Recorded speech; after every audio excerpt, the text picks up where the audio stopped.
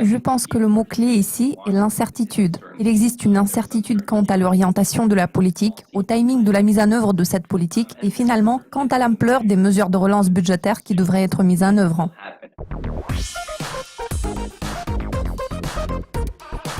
Grégory, avant les élections présidentielles, nous avions discuté plusieurs fois des perspectives de l'économie américaine.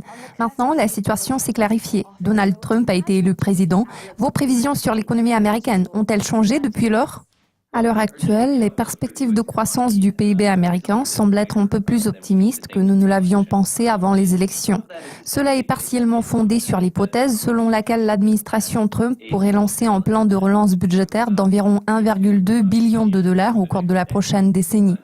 Il est important de garder à l'esprit que bien qu'il y ait quelques aspects positifs, notamment le stimulant budgétaire, l'augmentation des dépenses d'infrastructures et la déréglementation financière, il existe un certain nombre d'aspects négatifs.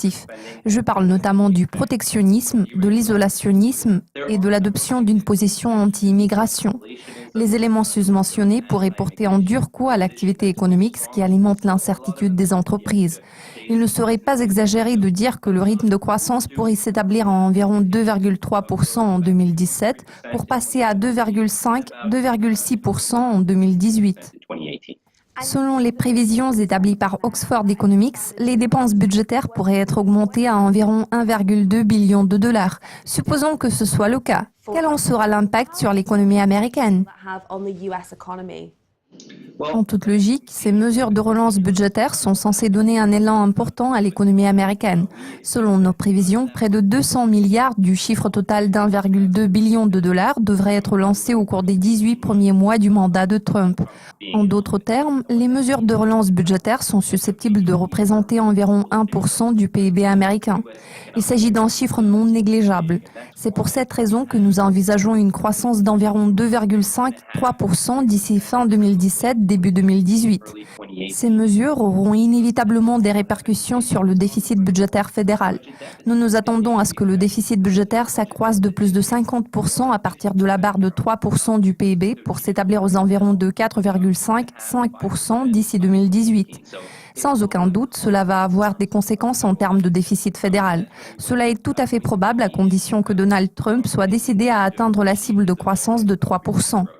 Dans votre article publié par Oxford Economics, sous l'administration Trump, vous envisagez un environnement favorable à l'inflation et à la croissance. Quelle incidence la politique de Trump aura-t-elle sur la Réserve fédérale? Quelles sont vos attentes en matière de politique monétaire de la Fed? Je pense que le mot-clé ici est l'incertitude. Il existe une incertitude quant à l'orientation de la politique, au timing de la mise en œuvre de cette politique et finalement quant à l'ampleur des mesures de relance budgétaire qui devraient être mises en œuvre. La Fed est actuellement en proie à l'incertitude. Elle ne sait pas exactement à quel moment les mesures de relance seront lancées, ni si elles seront lancées. Leur impact éventuel sur l'économie et l'inflation est difficilement prévisible. Cette incertitude s'est reflétée sur le compte-rendu de la réunion de la Fed de décembre. Les décideurs politiques y ont sûrement réfléchi. Alors, si la croissance s'accélère pour s'établir à environ 2,5% dans les 18 prochains mois, et si l'inflation progresse et se maintient au-dessus de la cible de 2% fixée par la Fed, cette dernière pourra resserrer sa politique monétaire à un rythme plus rapide. Dans ce contexte, nous tablons sur 2 hausses des taux par la Fed en 2017 et sur 3 relèvements des taux en 2018.